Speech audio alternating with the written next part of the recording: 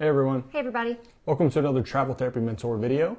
Tonight we're doing another job market update. We're going to update you guys on some numbers, what companies are saying about the current job market compared to the last one we did was January, and last year and last few years, how things are going. Market remains strong overall, so we're going to go through all of that. We're very excited about that. We've seen that ourselves. The companies are also seeing that. Travelers that we talk to are also seeing really high pay rates, lots of job options. So overall, still a great time to be a traveler. TLDR, if you don't want to watch the whole video, that's the gist of it is things are still great. So we're going to go through some numbers, how they compare to prior videos. Whitney's going to introduce us, and I'm going to get this video shared in a couple groups. All right, hey everyone. For those that may not know us, my name is Whitney Aiken. I'm Jared Kazazza. And we're both traveling doctors of physical therapy. For those that have watched our videos in the past, thank you for joining us again. If it is your first time watching, then welcome. We have been travel therapists since 2015. We started out right away when we were new grads, which is going on 8 years ago. In fact, I guess next month would be exactly 8 years ago that we graduated and first started traveling ourselves. So we've seen a lot of changes over the years. We've been doing these videos for the last, 4 years, 5 years. Yeah. We probably started doing our very first videos back in 2018. So we've done videos and podcasts on pretty much any travel therapy topic that you can think of. So if you are new to our page and to our channel, you can definitely go back and watch some of those older videos, either on our Facebook page. Some of them are on YouTube, and a lot of them are on our podcast as well. There's a lot of good information just on all of the ins and outs of travel therapy. But as far as these travel therapy job market updates go, we started doing these in 2019, actually before COVID, when there were some changes with reimbursement rates with Medicare and things like that, and there was some fluctuation in the job market in late 2019 and early 2020. And then we really started doing the job market updates consistently in 2020 when there was so much uncertainty with jobs and everything that was going on with COVID. And we continue to do them every several months just to give you guys updates. So as Jared mentioned, we're going to go over the available jobs that are out there. And we asked about a dozen different companies, and we'll give you kind of a range of what job openings they say are available as far as numbers go. We're also going to compare those numbers this time to 2022 and 2021 and 2020 numbers, just to give you guys some insight on how the market has changed over the last 3 years. And we'll also compare it to January 2023, just so you guys know what's going on. We got a lot of interesting responses from all the different recruiters. Some of the answers are from recruiters. Some of them are from the owners of the staffing companies, or the managers or the directors of the therapy division. So we got a variety of answers and a variety of information to bring you guys. This should be really helpful for those of you that are thinking about getting into travel therapy this year, so that you know what you're getting into. It should also be helpful for those of you that are still traveling or already traveling. For current travelers, just to let you know, what are the rates looking like and all that, so you can think about that when you're going into your job negotiations and job searches. Because it may not always be the same. The job market does fluctuate, so what you were making last year may or may not be what you can expect to make this year. So we're going to talk about all of that. As Jared mentioned, he is just sharing the video live in a couple of other groups, so more people can join in with us live. I see quite a few of you guys are already on with us live. It would be really great if you could say hi in the comments if you're watching on Facebook Live. Shout out to those of you that will listen later on our podcast. We appreciate you guys as well, or on YouTube. Hi Jennifer, who's on live. Hi Drea. Hi Joey. Hi Hayden. Hi Shannon. Thank you guys for joining in. We'd love if you just say hi in the comments. Let us know, are you a PT? Are you an OT? Are you an SLP? Are you a PTA? Are you a CODA? Are you a student? When will you be graduating? Let us know if you're a current traveler or if you're someone who's thinking about getting into travel therapy this year or next year. We'd love to hear from you. Hi, Eric. Thanks for saying hello. McKenna says hello from Kansas. Hi, Drea. Hi, Joey. Thank you, guys. And as we go through tonight's video, if you all who are watching live, if you have any questions, please feel free to leave them in the comments. We will answer questions at the end. Also, if you have any feedback, we'd love to hear from you, what you've kind of been seeing, especially if you're a current traveler. What have you been seeing this year so far compared to your job searches in the past? We'd love to hear from you. McKenna says she's an OT student graduating next month. Congratulations, McKenna. I'm not positive, McKenna, but did you sign up for our travel therapy meetup later this month? I'm pretty sure it was you that signed up. We're going to be having a travel therapy meetup in Kansas City in about 3 weeks. So if anybody else is listening or watching and you're going to be in Kansas City, April 21st, we're going to be doing a travel therapy meetup there. It is at the same time as the AOTA conference, the National Occupational Therapy Conference, but you don't have to be attending the conference to come. So you could be an OT, an OT student, you could be a PT, a PTA, a CODA, an SLP, a PT student. If you are in the Kansas City area, you are welcome. The details are on our Facebook page, our Travel Therapy Mentor page. Hi Hayden, starting travel PT once I graduate in May. Congratulations. Hey Drea, current location in Dallas. She's a PT for 5 years, ready to get into travel therapy. Awesome. This is a great time to do it, especially for us PTs. Hi Lori, hi Linda. Linda's an OT. Hi Laura. Shannon's a PTA. Awesome. Thank you guys for tuning in. Glad to hear from you. All right, so we have done this video quite a bit now, this updated video, and every time we say this, but I know we have new viewers that might not understand, like when we're talking about how the market was before and how it is currently and things like that. So basically, travel therapy and really travel healthcare in general can be talked about in like pre-2020 or post-2020 because it changed so much. And pre-2020, things were going along pretty well. It dropped down a lot during 2020, and then it rebounded significantly. And what we've seen over basically the last year, about a year and a half now, is it rebounded higher than it was before 2020. So that is a very good thing. The market was extremely strong last year, the whole year. And going into this year, it has also been very strong. And so that's why we want to have a little bit of comparison. So we've got numbers from prior job market updates. We'll go through the number of open jobs and then how that compares to what it was before. Yeah, and for the numbers, basically what we asked each company was how many current open job orders do you have for this discipline? So for example, if I'm a PT and I go to my recruiter at company A and I say, how many jobs do you have in the whole country right now for travel physical therapists?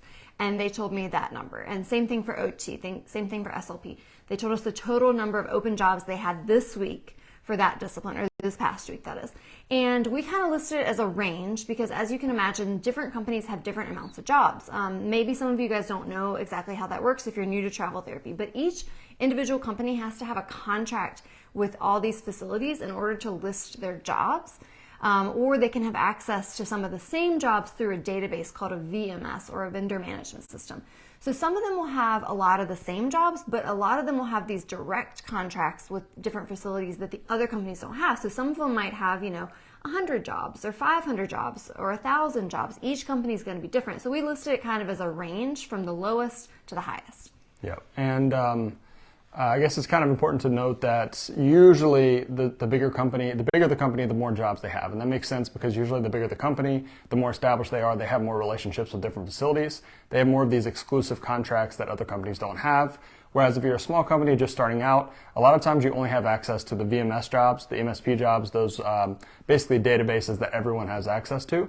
And it takes time to develop relationships with individual clinics. So for that reason and some other reasons, usually the bigger the company, the more jobs they have. So this range, keep in mind that usually the higher end of the range are bigger companies and the lower end of the range are smaller companies. That's not always the case, but in general, that is the trend. And then as we go through talking about not only the different job numbers, but the different variety of feedback that we heard from each company, this really brings up a good point that we always try to reiterate, that we think it's extremely important that as a therapist that you work with multiple companies and multiple recruiters. And what I mean by work with is just stay in communication with.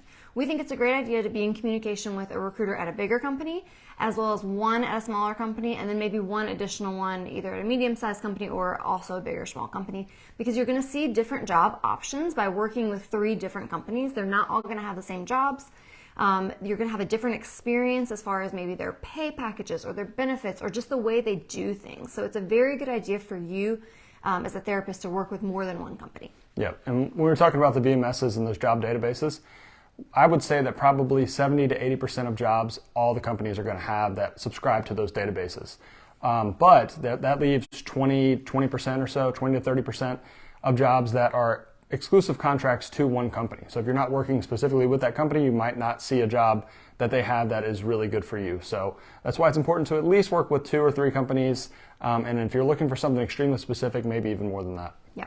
All right, so we're going to go through the job averages. So for physical therapists, The companies told us they had anywhere between 400 open PT jobs and 900 open PT jobs. So the smallest company had about 400 jobs. The biggest company had about 900 jobs. Yep. And one more thing to keep in mind as we go through these ranges, some of these jobs have been open a long time. And I know from looking at our job list, there's been some jobs on there open for 6 weeks, 8 weeks that were ASAP starts. They were trying to find somebody and they just can't find anyone to fill that job, which shows you how good the job market is right now, because these aren't like terrible jobs. They're decently high paying and areas that we would want to go to, and they've been open for a long time. Yeah, and we'll get into that when we go into like our advice for you, but in general, that means it's a very good market, especially for physical therapists. If these jobs are just sitting open, they might be a little more desperate. They might be more willing to negotiate, and if you apply for that job and you're one of the only applicants, well, now you have more of an opportunity to say, I'll take it if the pay is higher. And then maybe they're like, yes, we really just need someone. Okay, we'll pay you more, especially if it's been sitting open longer. So very good market right now for PTs, anywhere from 400 to 900 open jobs in the whole country. Yep. For OTs, a little bit less. The OT market really has struggled for quite a while now, but still decent. The range is 115 to 400 between all the companies that we work with. Yeah. And just for reference, we're going to go through the numbers for the last couple of years, but pre-COVID, back in 2019, the jobs would have been maybe around 500 for PT and maybe like 300 to 400 for OT is what most companies are telling us. So it's not quite back to 100% for OT, but it's kind of around what would be pre-COVID normal, whereas PT has significantly exceeded that like 400 to 500 mark. Now some of the companies are having 600 and 700 and 800 and 900 open PT jobs. So PT is much better. So SLP right now is in an interesting situation because this is time when school systems are looking for travelers, and there's more SLPs in schools than other disciplines. Other settings. Oh, you mean other disciplines? Right. So there's a big range here. Most of the companies said they had somewhere between 125 to 350 open jobs. But one company said that they had up to 1,800 openings right now, with the majority of those being schools. So keep that in mind. April, May, that's the time when they're looking for therapists for next year's school contracts, even June, July, if they haven't found anybody. But this is when they start looking. So there's a ton of open SLP school jobs right now. And outside of schools, probably somewhere between 100 and 300 or so other settings. Yeah, so basically for most of the companies, those SLP job numbers are somewhere kind of in the same range as the OT job numbers, 150 to 350 or so. But there were a couple of companies that focused more on schools and staffing of schools, and they had well over 1,000. One of them even said 1,800 school or SLP openings, with the majority of those being schools. So it's a really good time to be a school SLP looking for a contract coming in August. Yep. For PTA, the range was 75 to 170, and for CODA, the range was 40 to 100.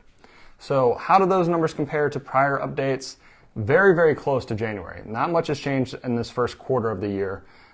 Still a little bit less than last year. So April, July, October of last year were a little bit higher. The market was extremely strong last year, and that's when we were seeing like 1,200 open PT jobs and extremely high pay rates, and some jobs were paying $3,000 a week. That was 2022. So not as much of that anymore, but still extremely strong compared to before 2020, and still very good, very comparable to where it was at the beginning of the year. Yeah, if I look closely at exactly a year ago, April 2022, the PT job openings have come down just slightly. There was a time where there were 1,200, 1,300, 1,500 open PT jobs. Now we're just a little less than 1,000 for some of those bigger companies. So the PT has drawn back just a little bit, but still wonderful.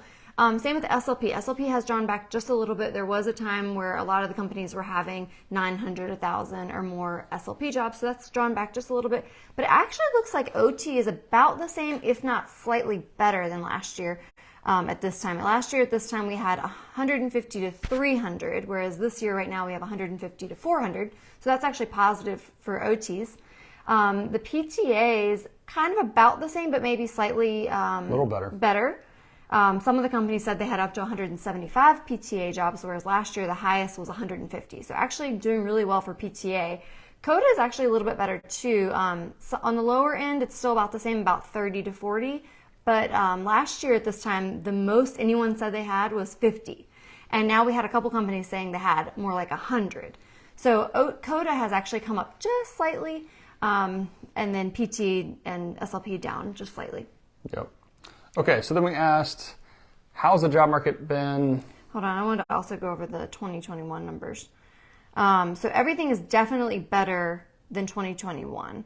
We had just rebounded in this time of April to May 2021. It was just starting to rebound, and back then in 2021, PT was only 250 to 700 jobs, OT was only 100 to 250 jobs, SLP was only 200 to 500, PTA 30 to 100, CODA 15 to 70. So things are a lot better than 2021. And needless to say, they're a lot better than 2020. At one time in 2020, when the market really crashed, there were less than 100 jobs for PT, OT, or SLP in the whole country. Combined. And, well, no, I'd say each discipline. What do you think? I can't remember. I want to say it was really bad. It was less than 100 each. Maybe less than 75 each. And then I remember at one time for PTA and CODA, it was definitely less than 20 each. Like some of them said 0, 5, 10. So things have exceeded all expectations after 2020 and 2021. So things are really solid, but especially for PT and especially for SLP. All right. So then we asked, how's the job market been in general the first quarter of the year? And pretty much all the companies said that overall it's very strong. They're seeing some leveling out, which is exactly what they said in January in terms of the number of open jobs and the pay rates. Like I said before, we're not seeing those $3,000 a week jobs as often. A little bit less. We've seen some that are like back to $1,500, $1,600, $1,700 a week, which is more normal. So things are slowing down a little bit, but still very strong. Still a steady number of jobs coming in, jobs staying open a little longer. And that's kind of what we were talking about before. There's some jobs that are staying open for 6 or 8 weeks, and they're not really bad jobs. They're just hard to fill. They're not like the ideal jobs, these really high paying or really, really awesome areas.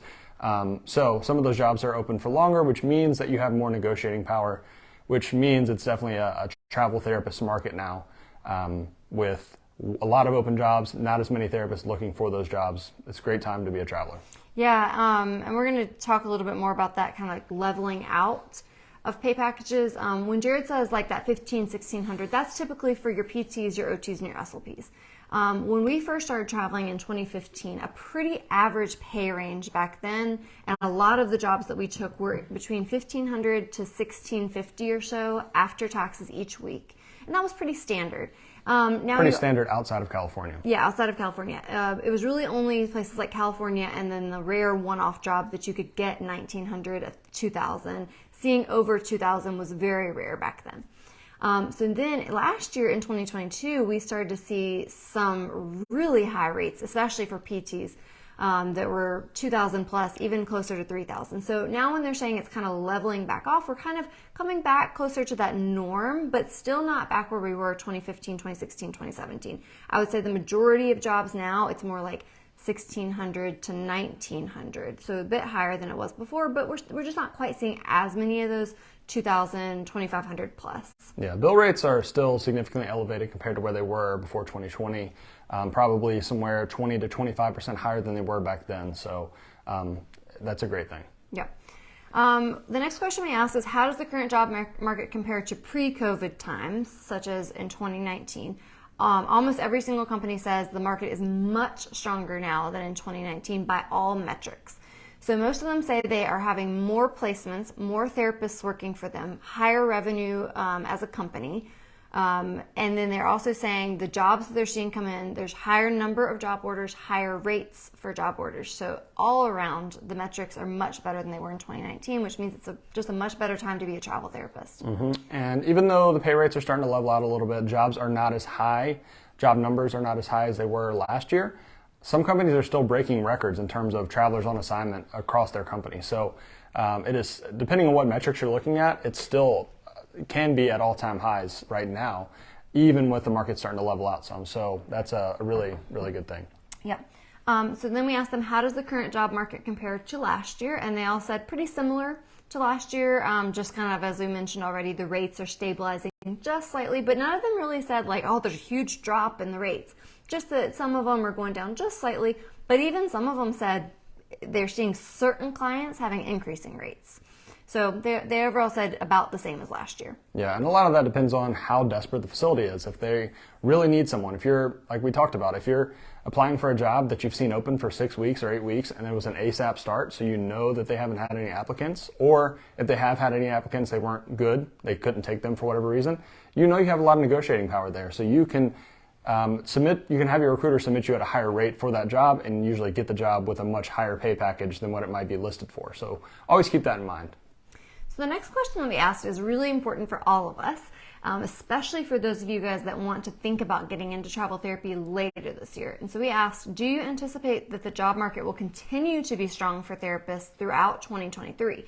And we know this is really important to a lot of you because so many of you will message us and say, yeah, you know, the job market's great now, but what does the future look like if I'm going to leap into this career? If I'm going to leave my steady, permanent job to get into travel therapy, what if the market tanks towards the end of the year? Now, of course, no one has a crystal ball and they don't know for sure, but barring anything crazy, this is what they told us. They said that pretty much every single company said the demand's still high, they expect it to continue to stay high throughout the year, and that the rates might go down a little bit, which we've expected for, I've been saying that for 9 months now, that I thought the rates would go down, and they've stayed really sticky. They've stayed elevated, which is great. And so rates, if they do go down a little bit, that's still a good thing. I mean, it's still higher than it was before. So no real concerns there. All the companies think that the market is going to stay strong. Yeah, unanimously, they all said they think it's going to be a great year for therapists. None of them see it declining. A lot of them said they expect to see growth year over year. From this year through to next year. So it's a very solid time to be a travel therapist in all of their opinions. And one of the companies said that the market is primed for new grads coming in.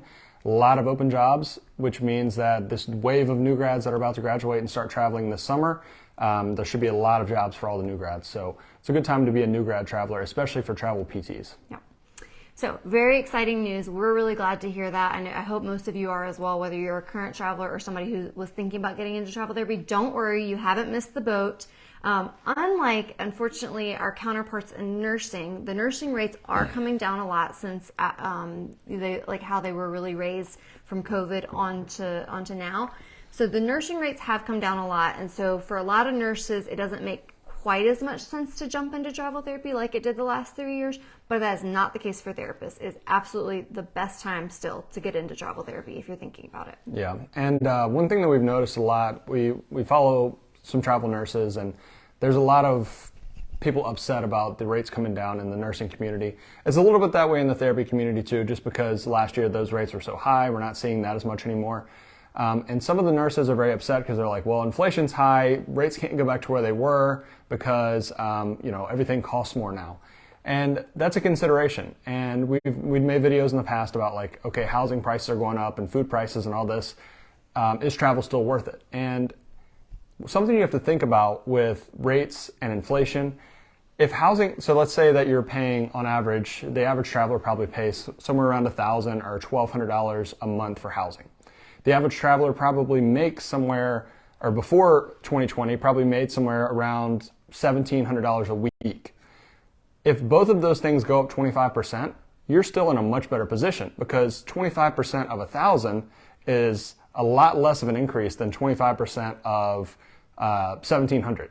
So think about it proportionally. If prices go up and bill rates are still elevated at the same percentage, you're still coming out ahead because that percentage is on a dollar basis much higher for the bill rate or for the pay package than it is for your other costs. So it's still a great time to travel, even with prices being a little elevated. Of course, that does, if pay packages went back to where they were before 2020, then yes, there would be concerns there. But right now, it's still great. Yeah. And we're going to talk about that a little more at the end when we kind of wrap up and talk about our advice. But for right now, we'll continue going through all the stats and all the information that we gathered. So actually, the next question was, are you seeing any change in rates, whether they're increasing, decreasing, or about the same? And as we kind of alluded to already, they all basically said rates are kind of normalizing right now. Some are saying that certain clients are still increasing their rate or staying exactly the same as they were last year. A few of the clients are kind of coming down, especially I think like the hospital systems where they're coming down a little bit with the nursing rates. They might be pulling back a little bit with the therapy rates. But it also depends on the urgency of the job. They said for certain clients, you can still get really good rates in certain areas, but for the most part, the rates are about the same. Nobody said really any big drops. Yep. And then we asked, what settings currently have the highest demand? On average, they said, obviously schools right now for SLPs, there's a ton of open jobs. Besides that, skilled nursing, home health, and then outpatient. And several of the companies said that there's way more outpatient jobs now than there were in the past, like, pre-2020. So especially as a PT, right now, if you're an outpatient PT like we are, it's a good time to be a traveler. There's a lot more open jobs than there has been in the past.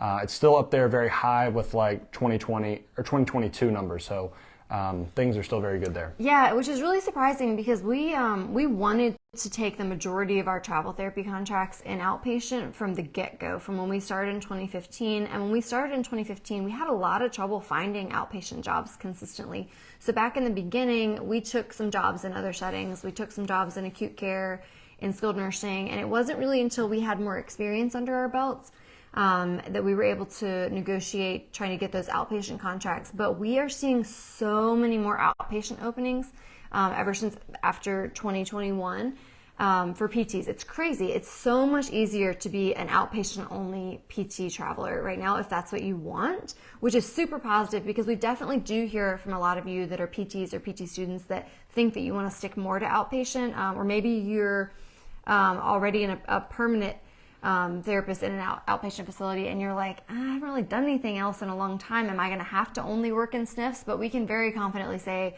right now, as long as you're at least a little bit flexible on location, you can absolutely find a lot of outpatient jobs. Yeah, way better than before. Sometimes on these updates, I feel like the old guy now saying like, back in my day, things were so much harder, but it really is. It's much easier now to travel as an outpatient, especially outpatient PT. Yeah, but then obviously if you like SNFs, if you like home health, those jobs are still extremely plentiful. Hospital is kind of probably like the lowest on the open availability, but there's still a good number of hospital jobs. You just have to be a little more flexible on location. But definitely if you're an SLP, there are thousands of schools out there looking for you. So we asked again about any recent changes in COVID policies or anything like that, and pretty much every company said there was no real changes there, but that pretty much most facilities are now accepting exemptions. So no real changes, about the same as it was in January. Yeah, but basically what we found out in January is some of the facilities aren't being as strict on it as they were back in early 2022. Back then, a lot of the facilities were asking for if you had the vaccine or not, but now it's mostly the hospital systems that are still going to be asking, which kind of makes sense because even before COVID, the hospitals were the ones that were more strict about having like a flu vaccine and these other requirements. So the hospitals are still fairly strict, but a lot more facilities are accepting medical and religious exemptions than in the beginning. So that's really positive if that's a concern for you. Yep. And then we asked about contract cancellations. Obviously, that's very important for travelers, especially new travelers.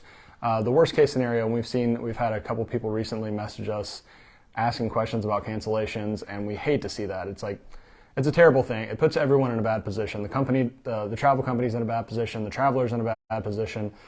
So contract cancellations, how many there are, how common they are, is always something to keep an eye on. And so we asked if there was any more, less, or it was about the same. And pretty much everybody said that it was about the same. No major changes there. So not an increased likelihood of cancellation. So that's important. One or two of the companies did say they had a few more than usual during the first quarter. Some of them they said they thought was budget related, with some of the facilities pulling back on their budgets. Again, that was probably more the hospitals, I would imagine, where they were pulling back on their nursing budgets and maybe they decided to cut some therapists too. But for the most part across the board, they all said it's been pretty standard. We did recently talk to one of our friends who's a travel therapist. He's actually in our course group, and he went through a contract cancellation, but luckily was able to turn around and find a new contract in the same area, was able to salvage it. So it does happen occasionally, but it's not as common as you would think, fortunately. Yeah, and that is another reason that you really want to have great recruiters and multiple recruiters, because if your contract gets canceled and you've already you're on your way to that location, or worst case scenario, you're already there and it gets canceled, you need to have people in your corner that are going to help you find something nearby. And there's often times, especially right now with the job market very good, that you can find something reasonable. It might not be ideal. It might not be the setting you want. It might be a 45-minute commute, but at least you don't have to just like give up on the place that you found and if you've already moved in and stuff like that. So you need recruiters in your corner that are going to be good, that can really help you out there. That's like really the situation where you need them. So make sure you're working with good recruiters. If you need help finding recruiters, you can always reach out to us. That's mostly what we do, is helping people get connected with good recruiters. Yep. If you are watching the video live, you can feel free to comment recruiters in the comments, and we'll help you get set up. You can also go to our website at traveltherapymentor.com/recruiters and fill out our recruiter recommendation form, and we can help you get connected that way. And the other little piece I'll say there about the contract cancellations and what we told our friend who had this happen to him is that's really why we recommend that if at all possible you don't get locked into a 3-month lease up front, because it makes it harder if you do get canceled to get out of that lease. We try, if at all possible, to get into like a month-to-month situation so that if you do get canceled, you would only be on the hook for 1 month instead of all 3. Yeah.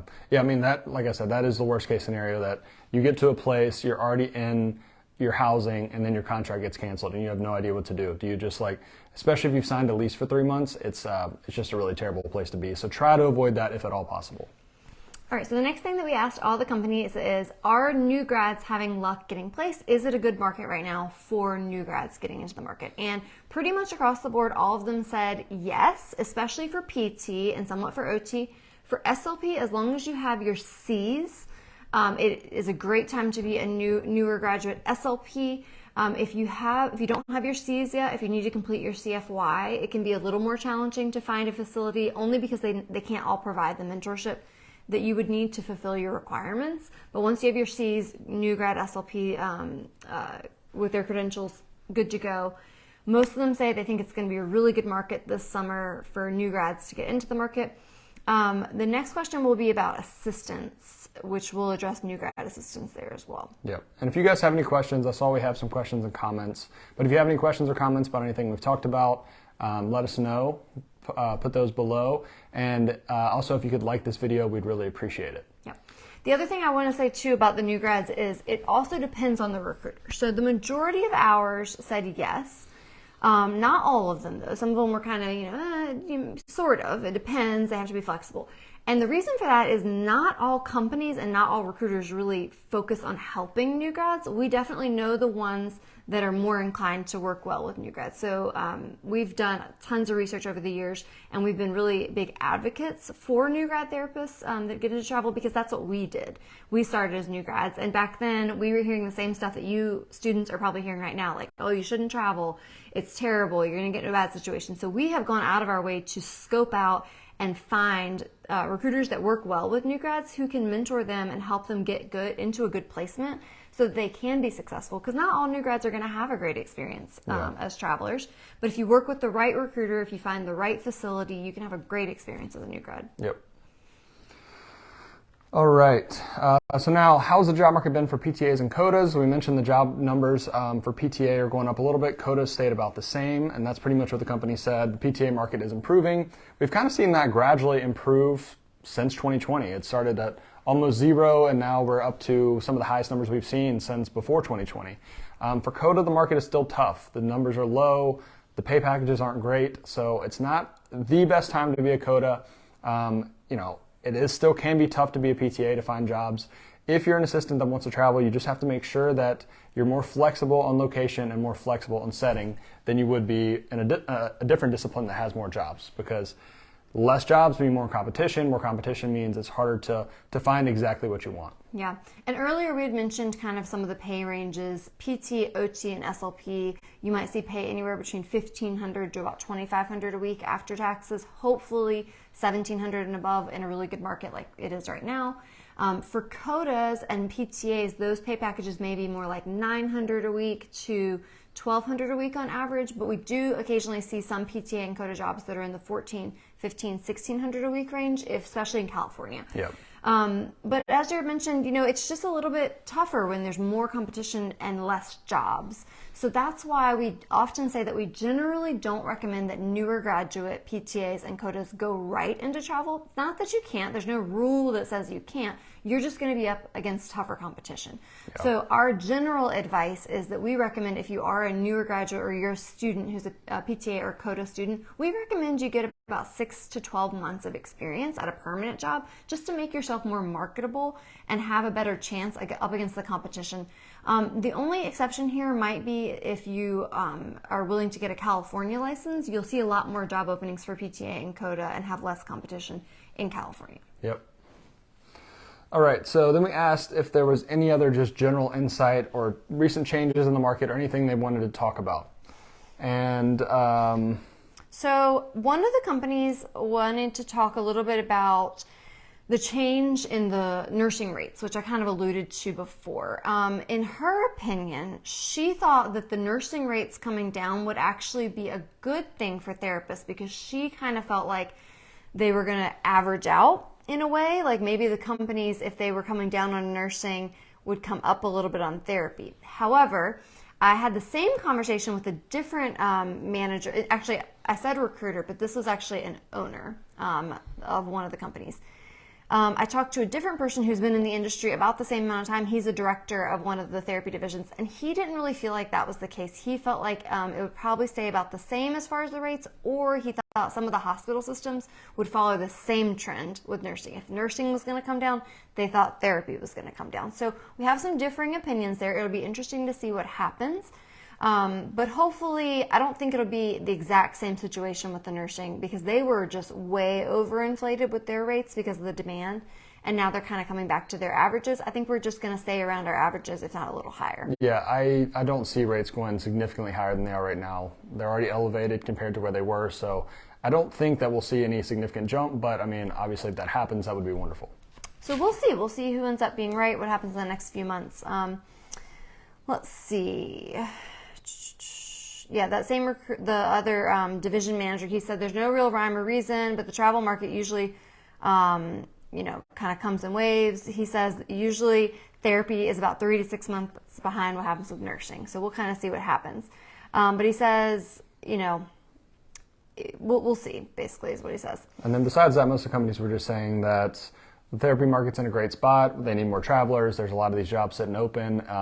So the more therapists they can get traveling, the better. And they're excited for new grads coming in May and June. So a great time to travel. Yeah. One of the other ones said outpatient continues to be strong, which is just so interesting to us. I feel like this is the first time that several of the companies just keep mentioning outpatient. They're like, outpatient, outpatient, outpatient. It used to be if you were a PT or an OT and you were like, I want to work in outpatient, they'd be like, there's not as many jobs for that. But a lot of them are still saying like, there's more outpatient jobs than ever. So that's good. That's good for us. It makes sense because think about how many people got deconditioned during the pandemic. So not only people that got sick and had issues from that, but just people not being as active, not going out as much. There's probably, I know in our area right now, there's a huge demand for outpatient. All the clinics are packed and there's long waits. And I think that's probably the case around the country. So all these clinics are like desperately trying to add outpatient PTs and using travelers in the meantime to, get rid of some of that demand to try to take some of those patients and decrease their waiting list. So I think that's happening all over the country. Yeah, and then I guess probably a lot of them for a couple of years had to put off elective surgeries too, so we could be seeing a backlog there. This was interesting and very positive for therapy. So one of the companies that we work with had really backed away from therapy as a whole because it dipped so much during COVID. So their company was really focusing more on nursing and respiratory. A lot of the companies did that to an extent, but this company really did that. They didn't focus on therapy at all for the last 2-3 years. And now as a company as a whole, they're seeing positive trends. They're hearing a lot of good things about the future of therapy. So as a whole company, they are moving forward with adding more recruiters for their therapy division and trying to move forward in working with therapy more. And this is not the only company that we have talked to. We've been approached by several different companies that didn't even used to staff therapy even before COVID, like nursing companies. They're now getting into staffing therapy. We are seeing new therapy staffing companies just popping up left and right because they're all hearing that it's a very good market and they think, oh wow, there's money to be made in this industry, right? There's a lot of jobs open for therapists. So that's a really good sign for us. That means, again, it's kind of a therapist market right now. Yeah, and a lot of these companies added a bunch of recruiters for nursing division. And now that the nursing is slowing down, they have all these extra recruiters that now they need to do something with. And a lot of them are transitioning into therapy or into allied or other areas that are still strong. So yeah, that's a common theme. And we have so many companies reaching out right now. We've got a backlog of interviews for recruiters and companies that we need to do in the next couple months. Yeah, so overall, very positive. We want to go through some of your questions, and we also want to give a little bit of summary of what we're seeing. If you do have any questions, if you're watching live, we'd love if you would leave them in the comments, and we will answer them here in just a couple of minutes. Again, if you are watching live, we'd love if you'd hit that thumbs up button and just let us know that you enjoyed it.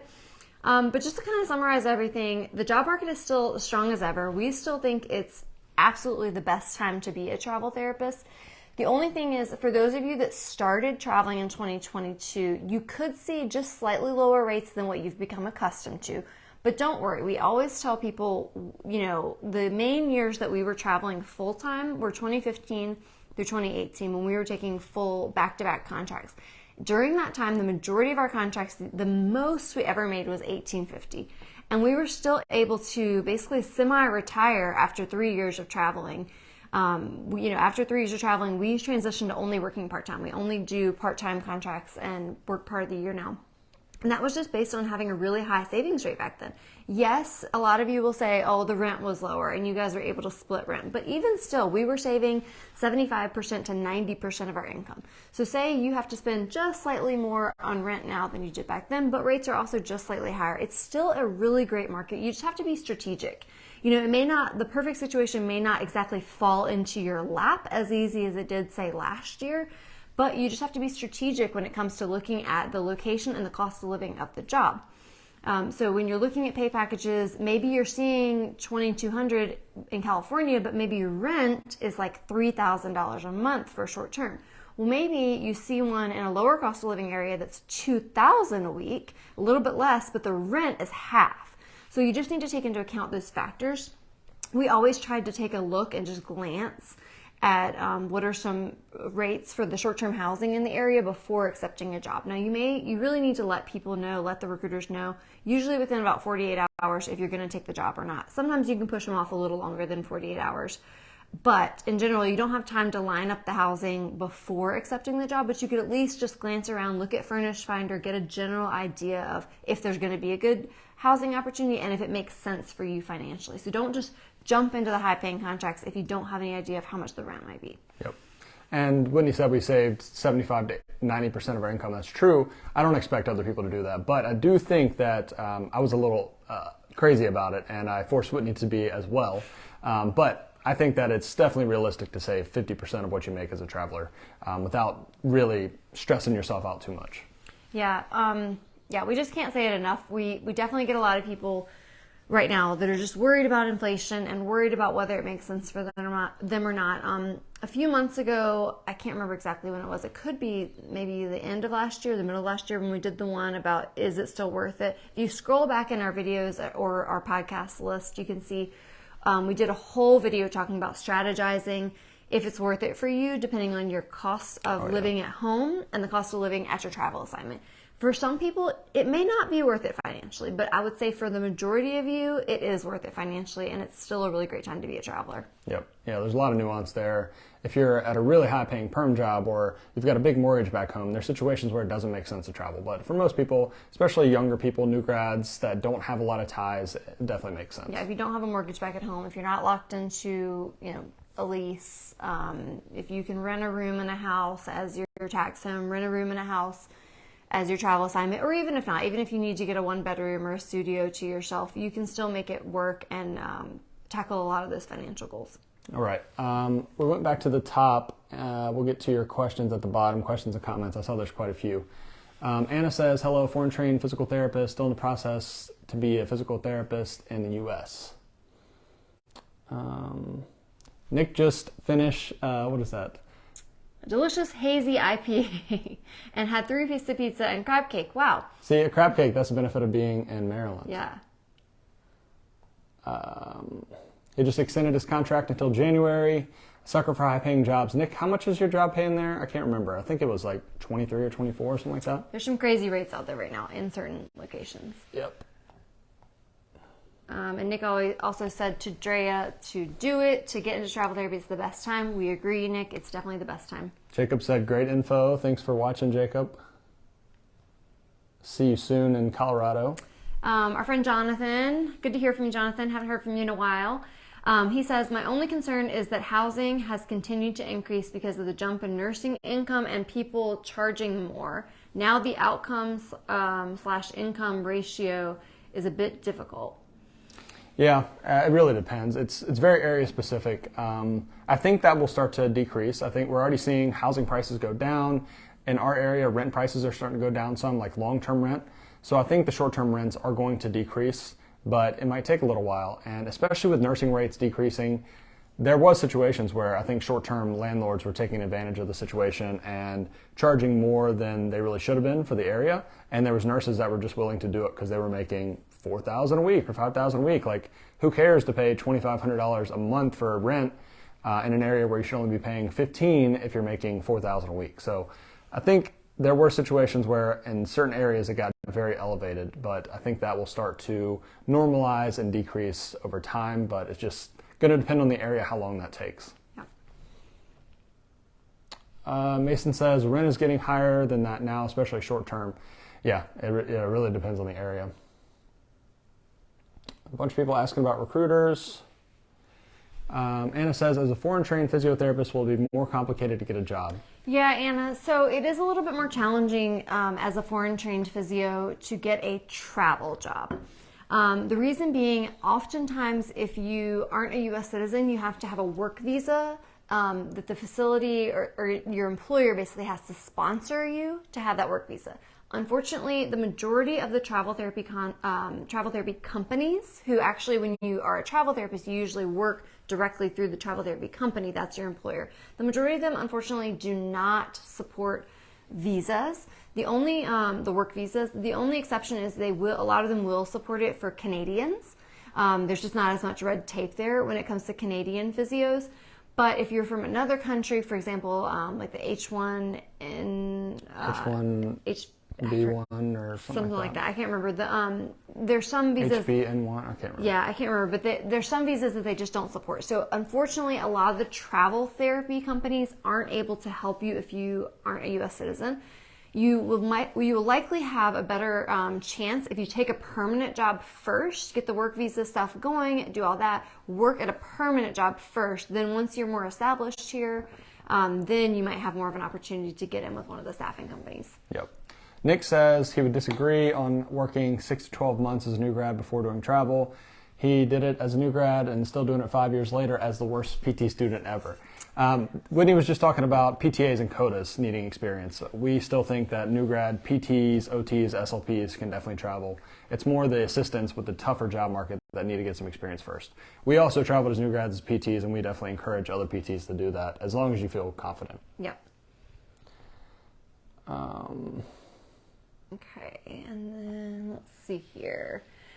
Kim says the rates, for example, $1,700 a week after taxes, does that include the housing stipend, or is the housing stipend on top of that? That's a good question. Yeah, that includes everything. So the rates that we talk about when we talk about a number per week in the travel world, especially the travel therapy world, that's usually talking about after taxes, all of the money included except for reimbursements. So that would be your taxable pay after taxes plus your stipends for housing, meals, and incidentals. All of that would be included in that number. And then you might get reimbursements for things like licensing, travel to and from the assignment, but those are much smaller amounts, so not really included in the weekly rate. Yeah, so it's a good question. We recently just got this from someone else too. It is included all in that pay package, but remember, if you're coming from a permanent job, it can be a little tricky at first.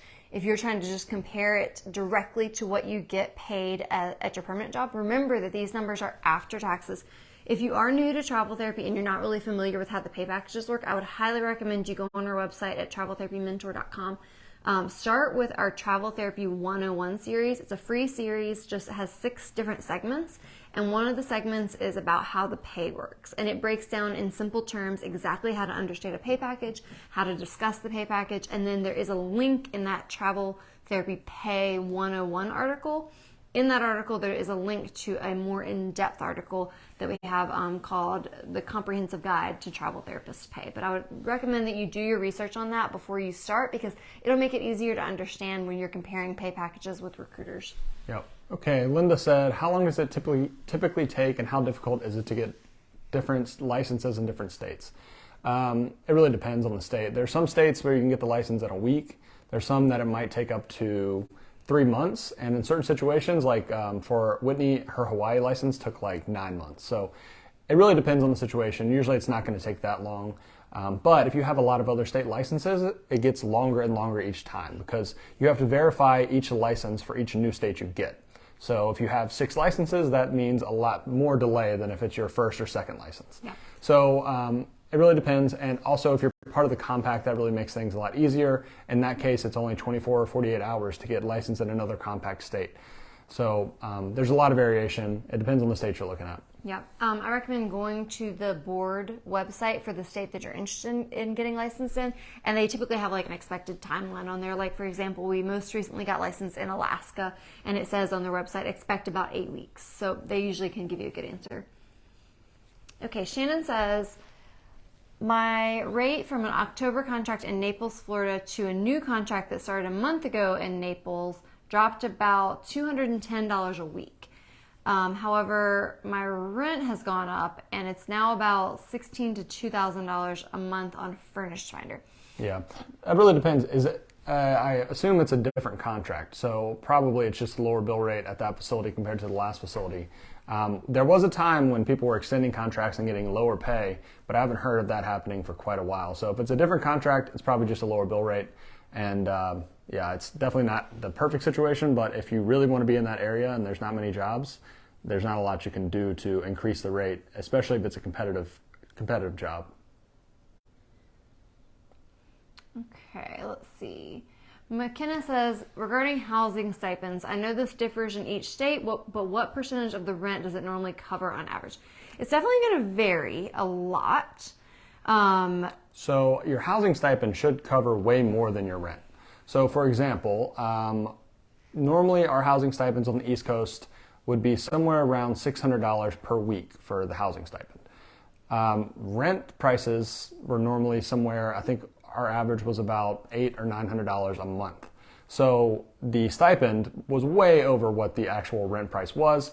But that's the good thing, is that if your stipend is more than the rent price, then you just keep the difference, which is why travel can be so lucrative. If you can find a job paying $1,700 a week or $2,000 a week, depending on where you're at, and your rent is only $800 a month or $1,200 a month or whatever, you can save a lot of that extra money from the stipends that you're not using. Regarding what Shannon said just a little while ago about her contract in Naples, she said she was making $16.49 a week back in October, and now it's $13.49 a week. That's Shannon, a big change. what discipline are you? I would be curious to know. Are you an assistant? Because if you're a PT or an OT or a speech therapist, I would definitely not ever take a contract that was below $1,500. But if you were a PTA or CODA, sounds like you were just making a really good rate before, and now you're making more of like what would be an average rate for a PTA and CODA. Okay, Drea says, besides California, what are the top high-paying states for PT? Alaska is very high. Their pay rates, depending on where you go, can be extremely high. We've seen some that are like $2,500 a week with housing included. So that's a massive pay rate, sometimes even a car included. So Alaska can pay really well. We've seen some really high-paying jobs in Washington State. Let's see, where else? I think besides California and Alaska, it's really a crapshoot. It's really random. We'll just randomly every now and then see middle of nowhere Oklahoma or Missouri or Montana, and it'd be like $2,500 a week, but there's no like consistency there. We've seen some pretty good pay rates in Virginia lately. But yeah, I would say California, Alaska, Washington, probably like Virginia, maybe Massachusetts. Those pay rates are usually pretty decent. Texas, maybe. Yeah, Texas can have some high-paying jobs. Yeah, really varies. The highest paying is always California, though, like significantly. Nick answered our question about how much he was making in Baltimore as a PT. He's making $2,100 a week, and he also gets a $2,000 completion bonus at the end of working 6 months. That's pretty good. That is really especially good. for East Coast. Yeah. Eric says, I'm on my first contract. I'm extending soon. Any advice for how much more money I should be asking for? What's realistic on my extension? So we've got an article about this. I think it was like, how much should you get an extension bonus or something like that. And I went through a bunch of stuff there. But in general, it's going to be somewhere between $1 to $3 an hour. So that's $40 to $120 extra a week is pretty realistic. And that is assuming that the facility doesn't increase the bill rate. So, and I would say most of the time they're not going to. But if you're in a situation where you know they're very desperate, you know that you're a really good candidate for that job, they really like you there are situations where you can try to go to your recruiter and say, hey, I want to extend this contract, but I want to make more money. Can we try to get a higher bill rate? And in that case, you can get an extension that is $300 or $400 a week more. Really, it's kind of the sky's the limit there. It could be, you could get another $5 or $10 on the bill rate. That makes a big difference in terms of how much you make weekly. But is that not the case, and it's just an extension where the travel company is taking some of the money that they had to use up front for that first contract and giving that to you on the extension, it's usually $1 to $3 an hour. Yeah, at minimum, if you received any reimbursements for your licensure, for relocation, things like that on your first contract, they should be able to reimburse you those same amounts for something else on the extension. And if they're not able to have something that they can reimburse you for example, if you don't need to travel anywhere, you don't need to buy new uniform or anything like that, that they can actually, something with receipts they can reimburse you for, then they could try to work it back into the pay package in the form of a dollar amount. Yep, and that could be in the form of additional stipends, it could be additional reimbursements, it could be more hourly pay, or it could just be a bonus that they give you. Kim wants to know, what's the criteria to qualify for the housing reimbursement if you take a contract closer to your permanent tax home?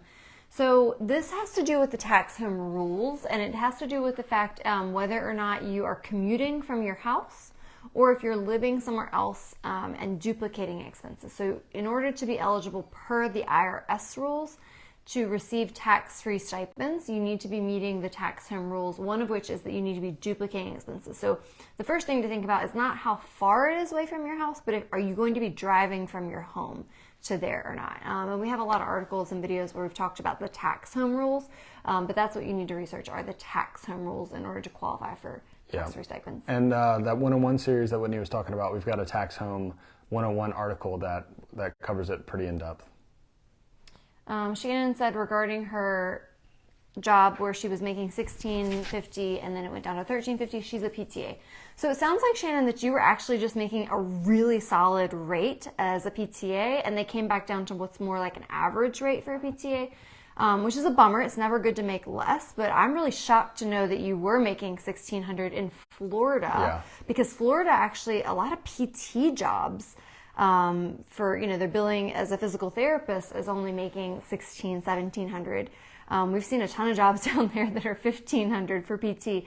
So I think that you were just really fortunate, and 13 is still a great rate. I know it stinks because the housing is probably expensive in Florida. So you just have to decide if it makes sense for you, if you need to be renting a place where you have the whole place to yourself.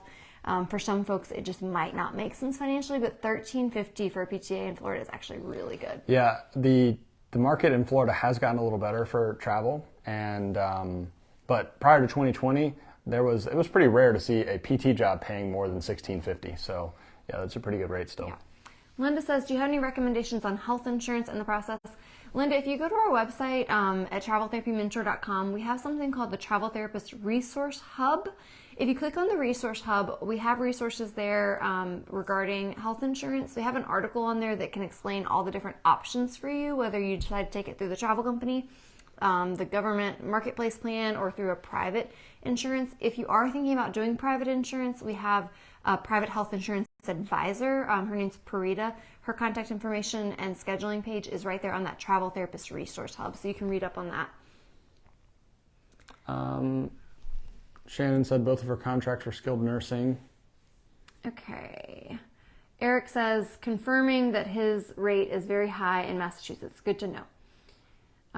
Drea wants to know, what's your opinion on travel PT in your same tax state? So you can absolutely travel within your state. It depends on which state you're from. And in fact, our opinion is if you're a new traveler and you're really not sure about it, I think you should take your first job in your tax home state, if at all possible, if there's jobs available, because that is a good way to just introduce yourself to travel and make sure it's something that you're going to like without moving across the country. We definitely know travelers, like we always talk about. Not everyone really loves travel. We obviously like it. We've done it a long time. We know most other people do, but it's not the right choice for everybody. And there are people that are on the fence. And we know people that have taken jobs 3,000 miles away from home and they hated it, and then they just can't wait to get back home. So we think that taking a travel job maybe 3 hours from home or 4 hours from home in your same state is like an ideal situation, because then you can try it. You're still kind of close to family. You can see how it feels. If you like it, go further away next time. But that's a good way to like just give it a test run. Get your feet wet. And she just said her home state is Texas. So we absolutely think that's a great option. You're going to see a lot of job options in Texas. And Texas is a big enough state that you could find a job far enough away from home that you're going to have to, actually rent a place there, duplicate expenses. You're not going to have to worry about the tax time rules.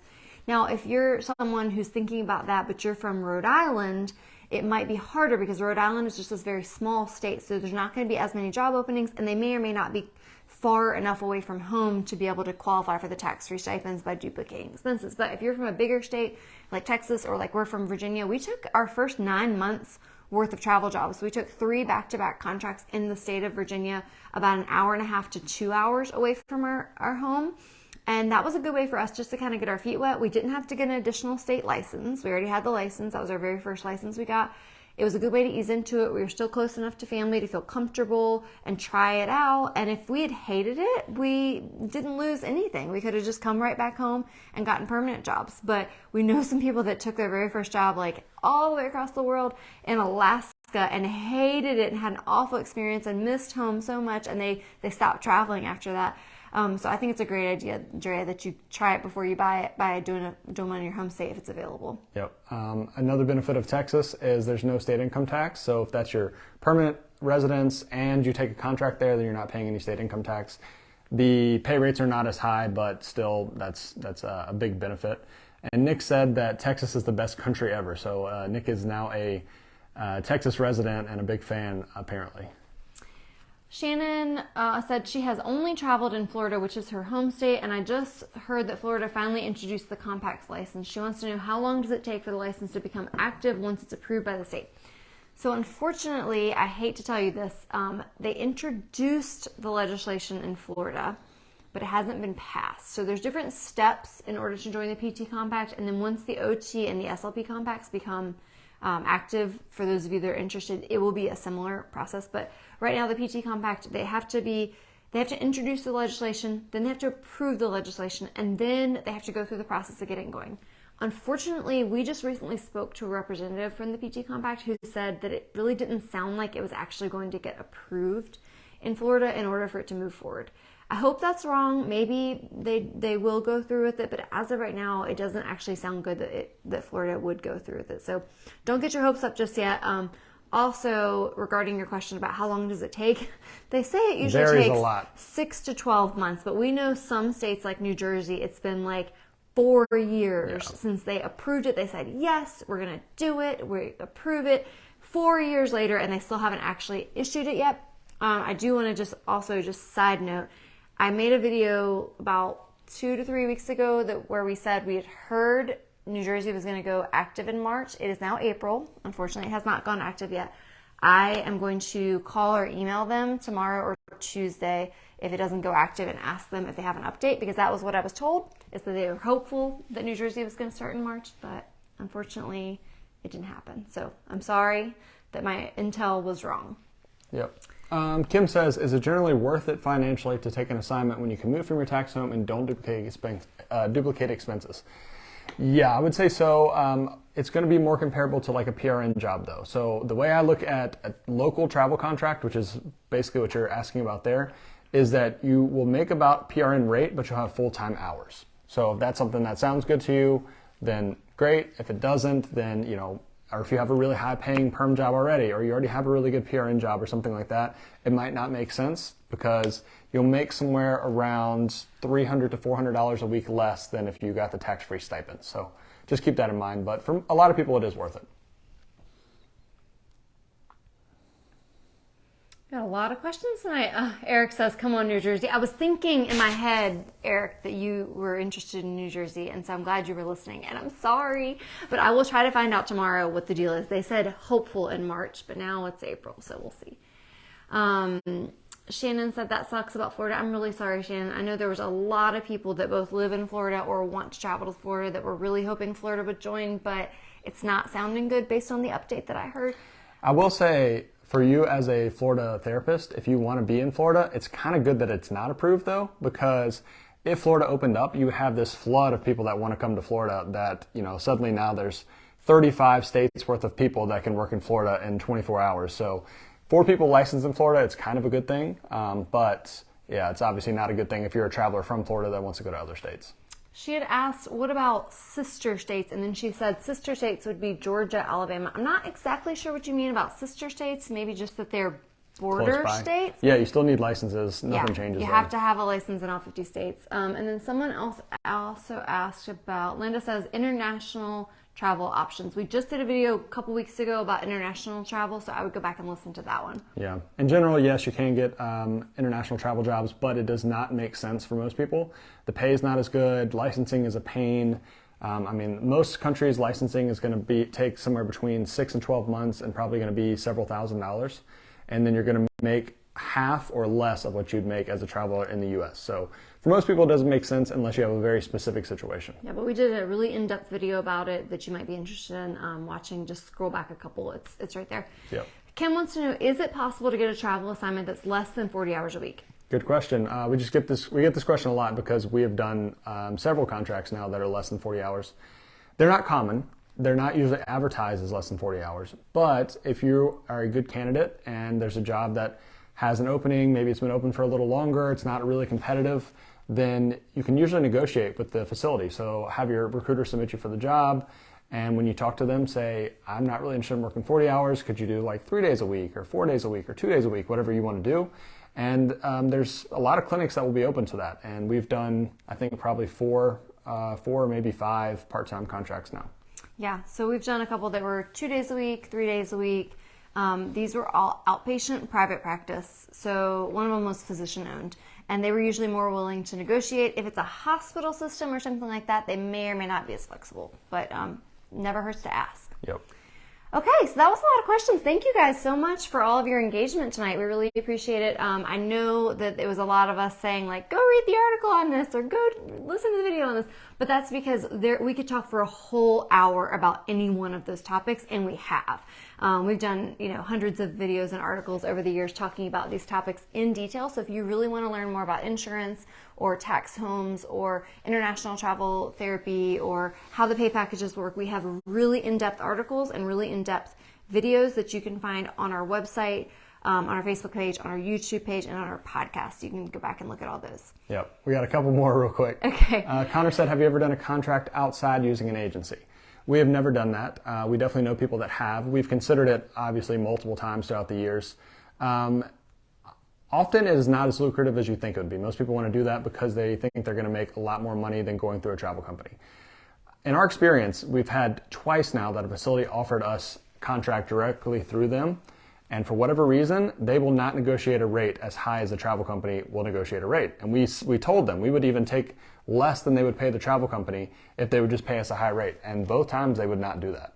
And it made more sense for us to go through the travel company. So I don't know why that is, but sometimes facilities will not negotiate high rates with individuals like they will with a travel company. We really pushed, we really tried. We said, you're still going to save money, and they didn't care. It's like a hiring decision or something that was weird. On top of that, you have to remember things like self-employment taxes are going to be a little higher. You're going to have to get your own health insurance. You need liability insurance. You need to be able to write contracts. You probably need, you're going to need an accountant because you need an LLC to make sure that you're not liable for any issues that could happen. There's a lot of things that go into that. So it can make it work. We definitely know people that have made it work, but it's more hassle. It's harder to find contracts. For most people, it doesn't make sense. And a lot of times you don't make as much as you think you would by cutting out the middleman. Yeah, in our opinion, after having done this for 8 years, we still prefer to work through staffing companies. We prefer to go with a recruiter. Jared wrote, again, an in-depth article. Yeah. If you want to go on our website, it's called, Is It Worth It to Be an Independent Contractor? So that would be a good one for you to read. For some people, it might be worth it, but you're going to have to look into a lot more. But for most of you guys, it's going to make more sense just to go through a recruiter. Again, if you are interested in getting set up with any of the recruiters or companies that we work with, we're happy to help you with that. We still choose to do it that way.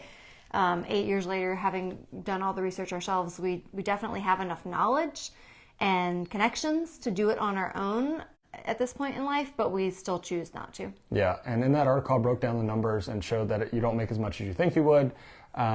But it really all depends on how high of a bill rate can you negotiate. If you can negotiate an hourly rate with a facility that's like $75 an hour, then do it. You're going to make a lot more money. It's going to be worth the hassle. But if it's a situation where they'll only pay you $50 an hour, it's not going to be worth it. Go through the travel company and you'll make about the same and have a lot less hassle there. Shannon says, I just found out the hard way that the stipend is prorated for 40 hours worked, well, even if you're guaranteed 32. I'm not exactly sure what you mean, the way you worded it, Shannon, but I have a feeling you mean like if you worked less than your 40 hours, 40-hour work week. then you your stipend gets prorated. Some companies do it that way, some companies don't. There are some companies that will guarantee the full stipend no matter what. So her next comment was, read your contract. Absolutely. We highly recommend that you look at the fine print and understand the way your pay package is going to work, whether you get 40 hours or don't get 40 hours. We often have our recruiters break it down. We say like, okay, how much do I get paid each week after taxes if I work 40? How much do I get paid each week if I only work 32? So you definitely need to take that into account. Yep. All right, everyone. Thanks so much for all the engagement. Again, if you could like this video, we really appreciate it. If you have any questions, we'll go back to this video later, put those in, we'll come back and answer them. Or you can send us a message. Or send us a message, Yep. yeah. And like we said before, a lot of what we do is help people get connected with good recruiters. If you need recruiters, go to our website, traveltherapymentor.com/recruiters, and we can help you there based on your preferences and what you need. Yep, and I know we had a lot of tangents, a lot of questions about other topics tonight, but overall, just to summarize tonight's topic, the job market is super strong right now, especially for PT, still for SLP OT, getting better for PTA, not quite as good for CODA, but still decent if you're open and flexible. So a great time overall to be a travel therapist. We anticipate, all 12 companies that we talk to anticipate 2023 is going to be a solid year to be a travel therapist. So we highly recommend it. If you have questions about getting started with travel therapy, we can absolutely help you. We've helped thousands of people at this point get started with travel therapy. So visit our website at traveltherapymentor.com. We have a course on there if that's something you're interested in learning step-by-step, A to Z, how to get started, how to be financially successful. We've been doing this for 8 years and we love it, and we can definitely help you get started. Yep. All right. Thanks, everybody. Bye. Bye.